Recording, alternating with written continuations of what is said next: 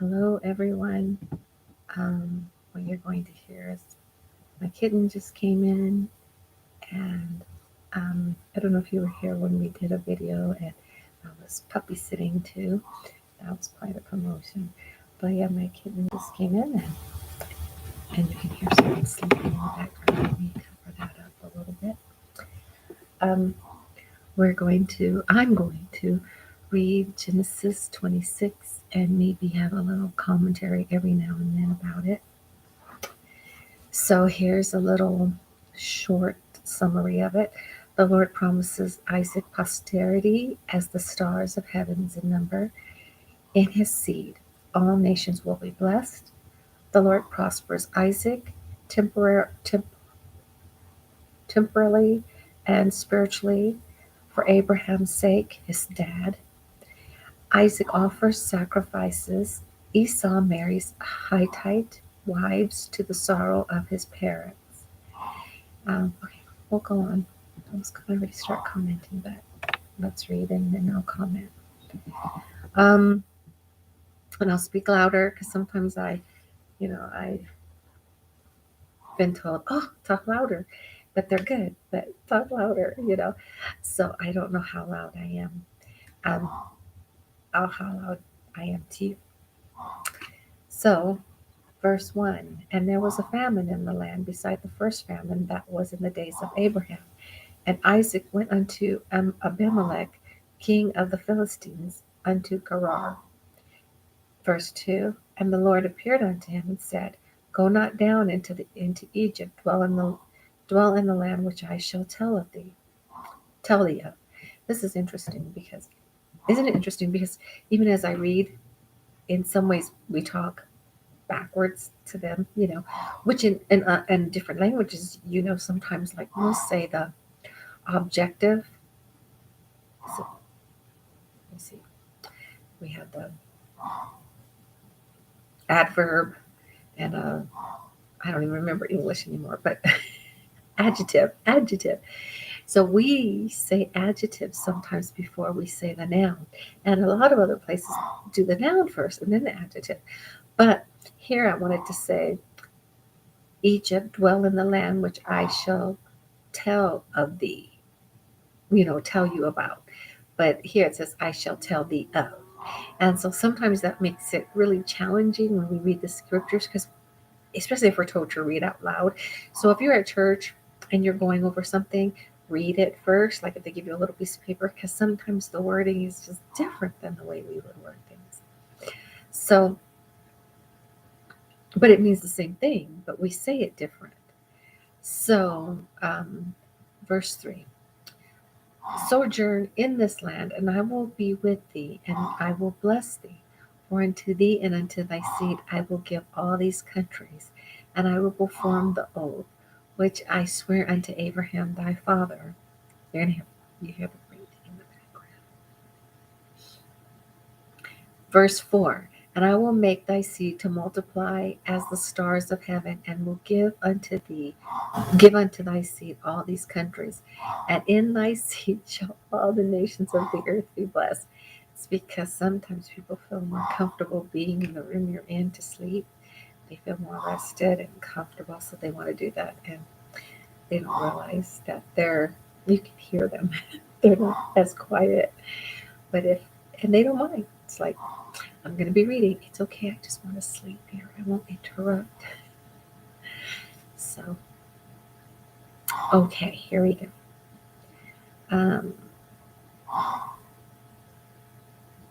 Okay, I'm going to read verse 3. Sojourn in this land, and I will be with thee, and I will bless thee. For unto thee and unto thy seed I will give all these countries, and I will perform the oath which I swear unto Abraham thy father. So an oath is going on here. And I will make thy seed to multiply as the stars of heaven, and will give unto thy seed all these countries, and in thy seed shall all the nations of the earth be blessed. 5. Because that Abraham obeyed my voice and kept my charge, my commandments, my statutes, and my laws. So he's going to be blessed because of his father. And how many of us are blessed because of our ancestors? And can we bless our posterity through the things that we do? Can they be blessed?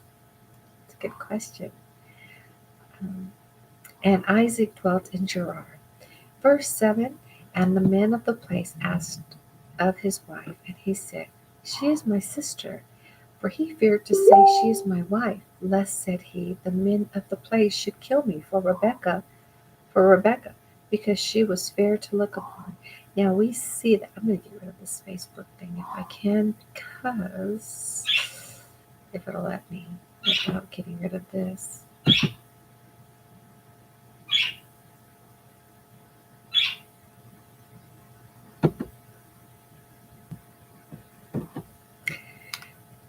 Kind of went off for a while, huh? Because it's going to keep beeping if people are messaging me and stuff. So anyway, it's kind of interesting because he runs into the same thing he runs into with his dad. You think about this. So Sarah was so beautiful, and to me, her continence as well as her, it's just so beautiful. And then Rebecca, too. So Isaac is this good-looking man. He's Abraham's son. His mom is just beautiful, and so you can assume his daughters are gorgeous. And now he's marrying this really fair, beautiful Rebecca, and then their kids must have been really just stunning. That would just stand out, you know. Um, and then again, beauty comes in a lot of different forms. And anyway, um, 8, verse 8. And it came to pass when he had been there a long time that Abimelech, king of the Philistines, looked at a window and saw, and behold, Isaac was sporting with Rebekah, his wife. So he's sporting with her, he's joking with her in ways that you probably wouldn't joke with your sister. And Abimelech called Isaac and said, Behold, of a surety she is thy wife. And how saidst thou, She is my sister? And Isaac said unto him, Because I said, Lest I die for her. 10. And Abimelech said, What is this thou hast done unto us? One of the people might lightly have leaned with thy wife, and thou shouldest have brought guiltiness upon us. So someone may have, they said, lean on the wife. Think about this. It's so crazy to think that it's okay to impose yourself onto another woman because you think she's single. And so you just go ahead and lean onto them and do some kind of inappropriate action because you can. And without asking her that, are you, without a marriage, without a whatever in that culture. But it's interesting because they don't want to commit those bad things that nowadays so many people don't even care about, right? And they don't care about being guilty of certain things. But here, you know, um, it's interesting the fear that is of God that's in them. Um, 11. And Abimelech charged all his people, saying, He that touches this man or his wife shall surely be put to death. That's 12. 11. 12. Then Isaac sworn in that land and received in the same year 100-fold, and the Lord blessed him. And the man waxed great, and went forward and grew until he became very great. Verse 14, for he had possession of flocks and possession of herds and great store of servants. And the Philistines envied him. For all the wells which his father's servants had digged in the days of Abraham's father, the Philistines had stopped them and filled them with earth. So the Philistines had filled all these wells of his with earth so that he couldn't use them because they, I guess they didn't want them coming into that part of the land or something. They just filled them so they wouldn't be coming. And it would make him more mighty because, see, they couldn't use them, right? Because they're not their wells. So they're filling these wells, and so he's not going to move into that part of the area. He's not going to move in there because he doesn't have any water there because they filled it up. And Isaac departed thence, and pitched his tent in the valley of Gerar, and dwelt there. So he can't pitch his tent somewhere where he can't get water. So that's a way of driving people out, even though the well belongs to his dad. And Isaac digged again the wells of water which they had digged in the days of Abraham's father. So these wells clearly belonged to his father. For the Philistines had stopped them after the death of Abraham, and he called their names after the names by which his father had called them. So I guess his father had named the wells. And Isaac's servants digged in the valley and found there a well of springing water. So again, the Philistines in verse 18 had stopped them after the death of Abraham and called them their names, and after the names by which his father had called them. In verse 19, and Isaac's servants digged in the valley and found there a well of springing water. This is Figaro. Say hi, Figaro. This is how big Figaro is. I'm just showing you because Marie is much smaller, but he's full grown. He's just beautiful.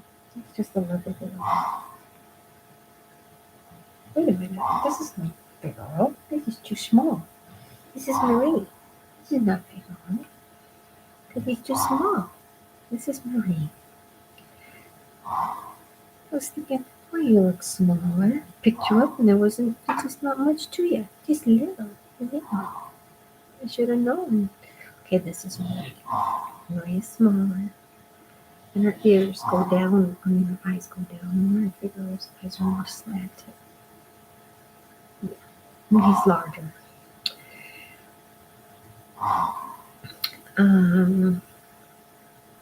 Let's see, where was I? And they lick. People tell me that cats don't usually lick, but my cats, they lick.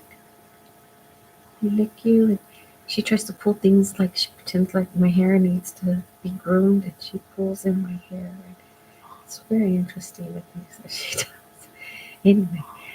Anyway, in 19, and Isaac's servants digged in the valley and found there a well of springing water. 20, and the herdmen of Gerar did strive with Isaac's herdmen, saying, the water is ours. And he called the name of the well Ezek, because they strove with him. And they digged another well and strove for that also. And he called the name of it Sitnah, Sitnah. And he removed from thence and digged another well, and for that they strove not. And he called the name of it Rehoboth. And he said, for now, the Lord hath made room for us, and we shall be fruitful in the land. So fruitful means successful, right, in the land. And she keeps licking my hands.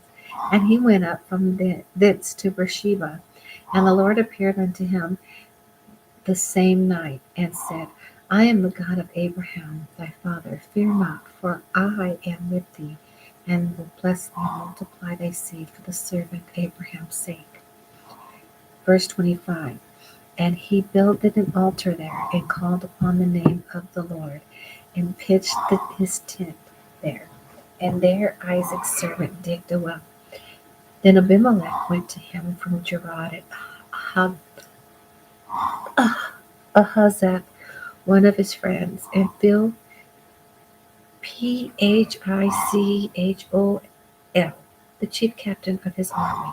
And Isaac said unto them, wherefore come ye to me, seeing ye hate me, and have sent me away from you? And Isaac said unto them, wherefore come ye to me? So he's saying, why did you come to me? Because you sent me away. You hated me and sent me away. So why are you here? And they said, we saw certainly that the Lord was with thee. We said, let there be now an oath betwixt us, even betwixt us and thee, and let us make a covenant with thee. So now they want to make a covenant.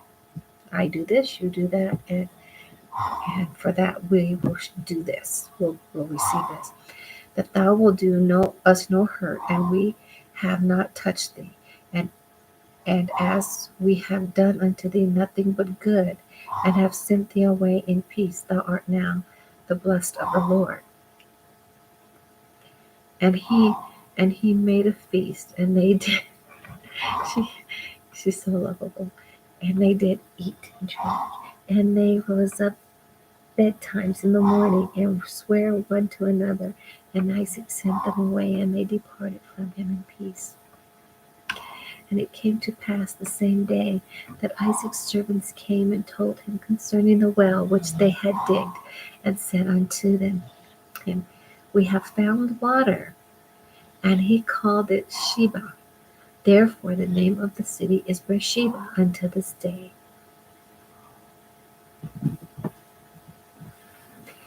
Verse 34, And Esau was 40 years old when he took to wife Judith, the daughter of Beri and the Hittite, and Bethshemath, the